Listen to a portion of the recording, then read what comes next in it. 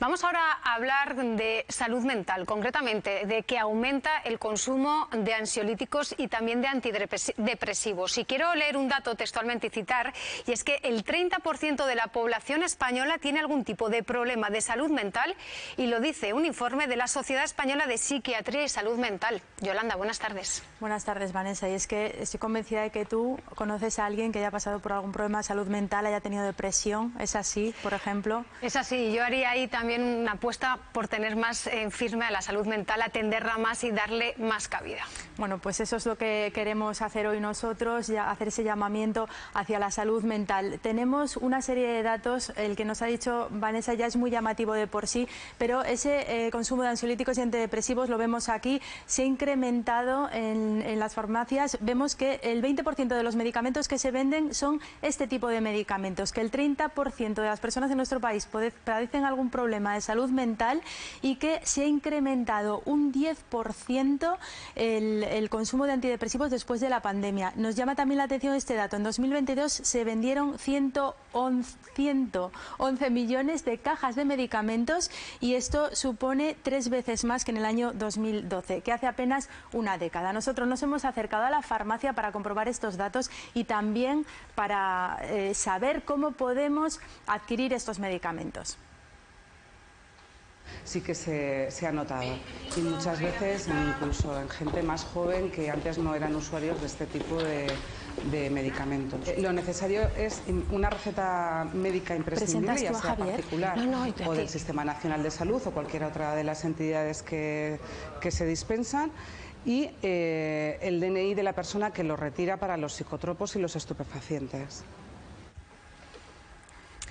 Bueno, y una cosa importante es tener a un especialista que nos hable de salud mental. Tenemos hoy con nosotros a Javier García Campaño. Buenas tardes, Javier, psiquiatra, profesor de la Universidad de Zaragoza y además especialista en mindfulness. ¿Usted corrobora este dato entre sus pacientes? ¿Qué tal? Buenas tardes.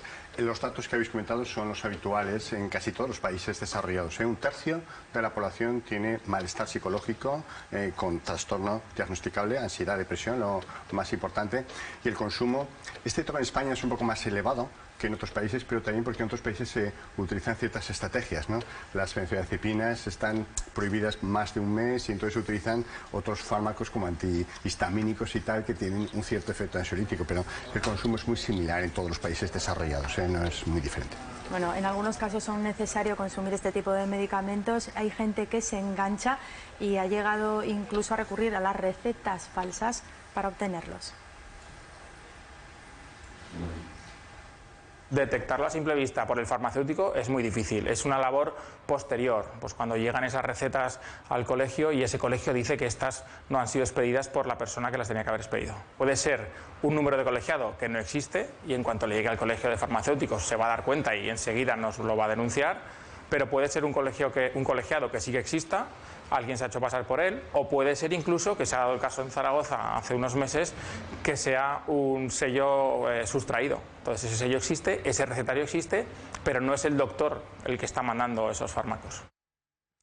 ¿Le ha llegado a ocurrir a usted, Javier, que le han suplantado la identidad? Sí, no tanto suplantar la identidad, pero sí que me han sustraído recetas y han utilizado. Es decir, eso yo creo que nos ha pasado a un porcentaje importante de médicos en alguna circunstancia, ¿no? Sí. Yo creo que esto es bastante simbólico, ¿no? A la hora de dibujar la salud mental de nuestro país. ¿Cómo está? Pues efectivamente, como habéis dicho, después de la pandemia ha empeorado, ¿no? Ha aumentado la ansiedad, la depresión, pero en todas partes, no solamente en la población general, sino también entre los propios profesionales de la salud, etcétera. Yo sinceramente pienso que no está peor que en otros sitios, pero es cierto que vivimos en la sociedad a lo largo de la historia de la humanidad con más estrés.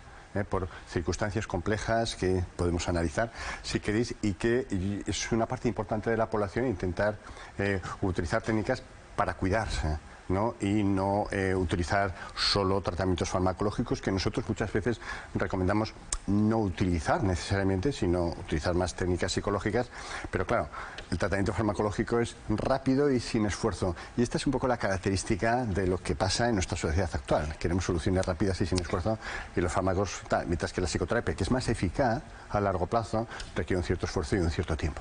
Bueno, pues vamos a tantear en la calle cuáles son esas causas de que muchas personas terminen con este tipo de medicamentos.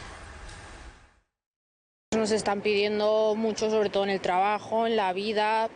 Es demasiado, yo creo. Que cuando llega un punto que tienes tanto estrés encima y no puedes con todo, pues ¿qué vas a hacer? No puedes dejar el trabajo, no puedes dejar las relaciones familiares, pues medicarte. A mí me quisieron poner y no me he tomado. Pero yo comprendo que la gente va a lo más fácil, a tomarse la pastilla y ya a quedarse tranquila. Hay un ritmo bastante más alto de vida, de nervios, expectativas también, en general. También somos nosotros, también somos muy exigentes, ¿no? Yo creo que también es un poco las dos cosas. No solamente que nos exigen, también nos exigimos nosotros mismos.